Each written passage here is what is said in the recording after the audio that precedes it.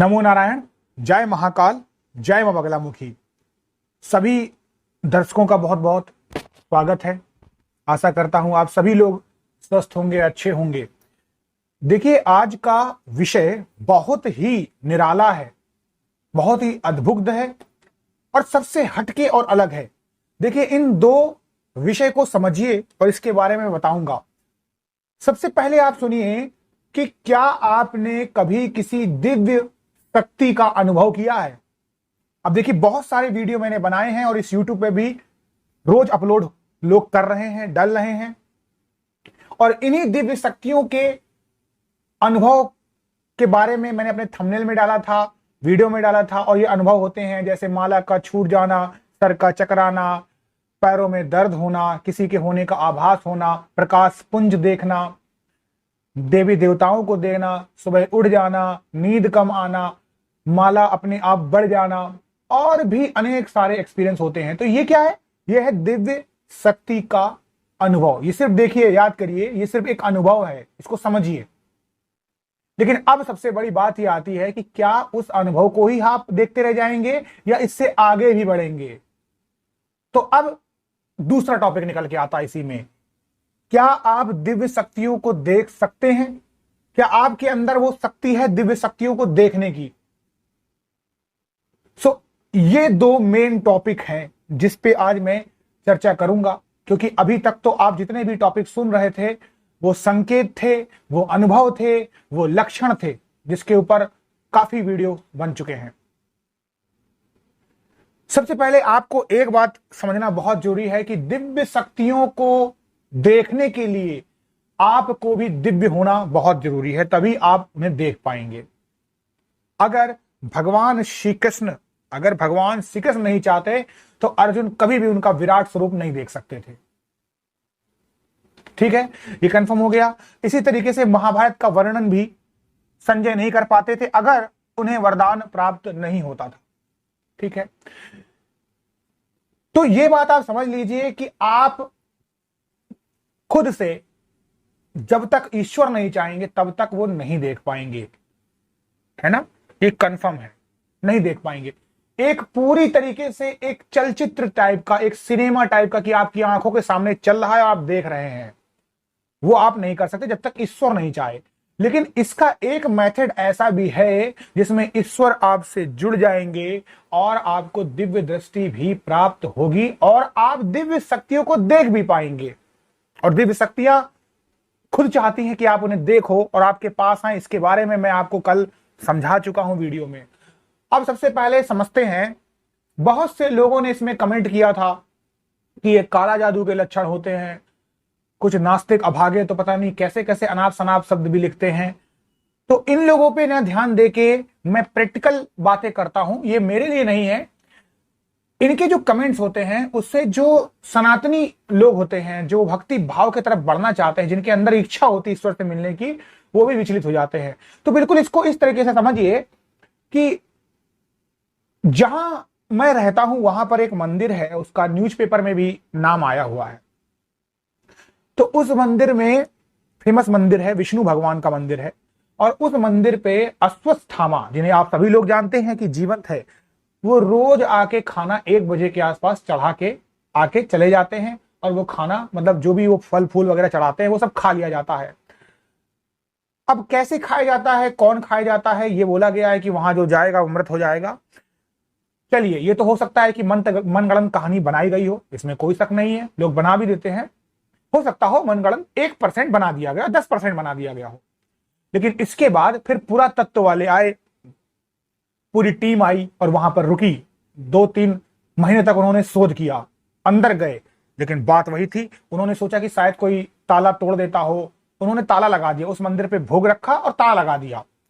अब पूरे जगह की चेकिंग किया कि वहां पे मतलब छेद ना हो, कहीं पर कोई ऐसा तो नहीं कोई चूहा खा जा रहा है, कोई चीज है, ऐसा भी नहीं था, कहीं पे भी कोई निशान नहीं था। लेकिन हर बार वो खाना खाया मिलता था। और मंदिर जो थे, विष्णु भगवान के जो पद चिन्ह थे, जो पैर थे, उसमें वो फूल चढ़े हुए होते थे। ये तो चलो एक लाइव अनुभव था और मैं खुद उस मंदिर पे गया भी हूं, मैंने देखा है।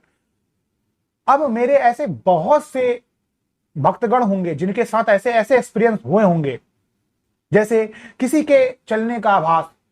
अब आप देख लीजिए, जैसे नवरात्रि आ रही है, चैत्र नवरात्रि हो, शारदीय नवरात्रि हो, किसी भी प्रकार के गुप्त नवरात्रि, उसमें देखिएगा आप नवरात्रि के दिन में अगर आपकी भक्ति सच्ची है तो आपको घुंघरू की आवाज सुनाई देगी, जैसे कोई मां चल रही हो। अब बहुत से लोग इसमें इसे कहो चुड़ैल से जोड़ दें, लेकिन उन्हें यह नहीं पता है कि अगर कोई बुरी शक्ति होगी तो सबसे पहले आपका अहित करेगी, और अच्छी शक्ति होगी तो हमेशा उसकी खुशबू आएगी, ना कि बदबू आएगी। तो आप भी अपने आप से आसानी से एक तरीके से कह सकते हैं कि अंदाजे से पता लगा सकते हैं कि शक्ति है कौन सी। दूसरी बात है कि आप देखेंगे आपका भोग खाया हुआ मिलेगा, और आपके घर में पहले की अपेक्षा अब ज्यादा खुशहाली होगी। अगर चीजें आपकी बेकार हो रही हैं इन सब भोग के बाद, पैरों में घुंघरू की आवाज से, तो समझ जाइए फिर घर में निगेटिव एनर्जी का डेरा है। तो ये अलग अलग चीजें हैं, ये मैं समझाने की कोशिश कर रहा था कि इससे आप आसानी से पता लगा सकते हैं। और मेरे बहुत से भाइयों बहनों ने ये देखा भी होगा कि उन्होंने जो जो भोग लगाया है वो चढ़ जाता होगा, उनके हाथों में माला गिर जाती होगी, फूल गिर जाते होंगे। और ये जो एक्सपीरियंस होते हैं ये किसी को कहने नहीं चाहिए। देखिए बहुत अच्छे एक्सपीरियंस होते हैं और ये एक्सपीरियंस बंद हो जाते हैं। तो चाहे वो माँ की पूजा करें या किसी की पूजा करें, आपको आसानी से ये पता चल जाएगा कि आप कैसे और किसको पूज रहे हैं। तो ये तो हो गई कि आपके साथ एक्सपीरियंस होते हैं, दिव्य शक्तियां अपना आभास कराती हैं। अब बात आती है दूसरे टॉपिक की कि दिव्य शक्तियों को हम पाए कैसे, है ना, कैसे पाए इस दिव्य शक्तियों को। और सबसे बड़ी जो बात आती है कि दिव्य दृष्टि कैसे प्राप्त हो हमें। तो दिव्य दृष्टि होती है आज्ञा चक्र, ठीक है। आज्ञा चक्र अच्छी बात भी होता है इसे जागृत करना, और बुरा भी होता है, क्योंकि कोई भी शक्ति को आपके अंदर संभालने की क्षमता होनी चाहिए। इसीलिए चक्र को हमेशा नीचे से जागृत किया जाता है। जो भी इंसान डायरेक्ट दिव्य दृष्टि को प्राप्त करने की कोशिश करता है वो हमेशा ज्यादातर पागल हो जाता है। पागल हो जाएगा या वो इतना डर जाएगा कि वो किसी से कह भी नहीं पाएगा और रह भी नहीं पाएगा। ऐसी ऐसी चीजें उसे दिखेंगी, ऐसी ऐसी चीजों का आभास होगा जो उसने कभी सपने में भी नहीं सोची होंगी। तो ये जो चीजें होती हैं ये कोई खेल नहीं होता है कि बस आए, मंत्र पढ़ा और सीधे आज्ञा चक्र में ही फोकस करने लग गए, है ना। आप जब भी पढ़ाई करते हैं तो हमेशा नीचे से ऊपर की ओर बढ़ते हैं कि डायरेक्ट आप जाके बड़े एग्जाम में बैठ जाते हैं, ऐसा नहीं होता। आप उसके लिए ट्यूशन लेते हैं, कोचिंग लेते हैं, कैसे भी करते हैं, अपने आप को परखते हैं। तो उसी प्रकार से अपने आप को परख के ही इस आज्ञा चक्र यानी दिव्य दृष्टि पे पहुंचा जाता है। अब अगर आपने डायरेक्ट इस दिव्य दृष्टि को प्राप्त कर लिया तो ये जरूरी नहीं है कि आप हर समय अच्छा अच्छा सोचेंगे, क्योंकि ये दिव्य दृष्टि जागृत होने के बाद, ये चक्र जागृत होने के बाद आप सभी चीज खींचने में समर्थ हो जाएंगे। ब्रह्मांड की सारी ऊर्जा खींच लेंगे आप। तो आप जब ऊर्जा खींच रहे हैं तो निगेटिव ऊर्जा भी आपके पास खींची चली आएगी, क्योंकि वो तो ऊर्जा है। आपके दिमाग में कोई निगेटिव ख्याल आया तुरंत हो जाएगा वो। और यही नहीं, इसका खामियाजा आपके रिलेटिव्स आप खुद भुगतेंगे। कुछ भी आपके मन में ख्याल आएगा वो हो जाएगा, कुछ भी आपके जबान से शब्द निकलेगा वो हो जाएगा, अच्छा बुरा सब कुछ। तो इसलिए ये होता है दिव्य दृष्टि। अब ये दिव्य दृष्टि खोलने के दो मेथड होते हैं। एक मेथड होता है कि आप किसी भी आदमी का नाम लें, उसके बारे में सोचें जो आपसे दूर हो, और उस नाम लेके उसका नाम लेके और अपने चित्त में, अपने यानी पटल में जहां पर आप देख रहे हैं, दिव्य दृष्टि जहां पर आपकी होगी थर्ड आई, वहां पर उसको फोकस करने की कोशिश करें। अब अपने आंख को बंद कर लें थोड़ी देर के लिए, 5 मिनट तक उसको सोचते रहे। इसके बाद अपनी आंखों के सामने एक कैंडल रखें, एक दीपक रखें और उसको देखें 5 मिनट तक, और ऐसा लगे कि इस दीपक में वो दिख रहा है। बहुत देर तक नहीं देखना है आपको, इतनी देर तक देखना है जब तक आपकी पलकें न झपक जाए। इसे बोलते हैं त्राटक। इससे आपकी धीरे धीरे आंखों की रोशनी बढ़ती है और दिव्य दृष्टि आपकी आने लग जाती है। तो ये एक त्राटक मेडिटेशन होता है।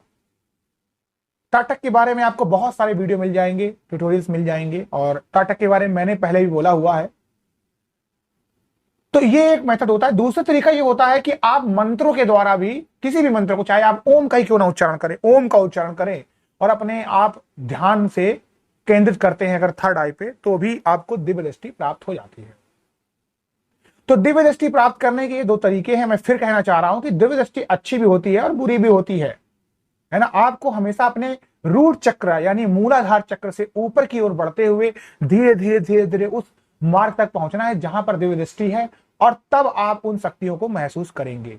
तो एक मुझे इसमें से क्वेश्चन आया था कि मुझे ऐसे संकेत मिलते हैं, बहुत से संकेत के अभी ऐसे क्वेश्चन आ रहे हैं कि मुझे संकेत मिलते हैं इसके आगे क्या, मुझे संकेत मिलते हैं इसके आगे क्या। देखिए, जो भी इंसान साधना के मार्ग पे जाता है, जो भी इंसान सही प्रकार से साधना करता है, तन मन और धन से करता है, मैं पूजा की बात नहीं कर रहा हूं, मैं साधना की बात कर रहा हूं, तो उस इंसान को, हर इंसान को ऐसे एक्सपीरियंस, ऐसे अनुभव होंगे। अब किसी को कम होंगे, किसी को ज्यादा होंगे, जितनी प्रबल उसकी इच्छा होगी, जितनी प्रबल आप उसकी पूजा होगी, क्योंकि हर इंसान के मस्तिष्क के अंदर वो भगवान बैठे हुए हैं। आपका मस्तिष्क जो है वही मंदिर है, उसके अंदर वो विराजमान है, बस आपको उनसे मिलना है। तो अभी आपने सिर्फ एक पैर चढ़ा है, तो ये अनुभव है।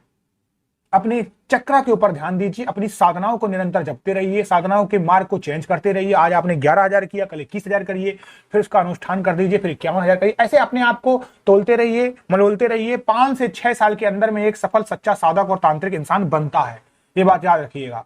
हथेली पर सरसों नहीं उगती है, एक दिन में कोई साधक नहीं बनता है। जिसको बुरा लगे उसके लिए क्षमा चाहता हूं, और जिसको अच्छा लगे वो आगे बढ़ता रहे। नमो नारायण। जय महाकाल, जय बाबा बगला मुखी।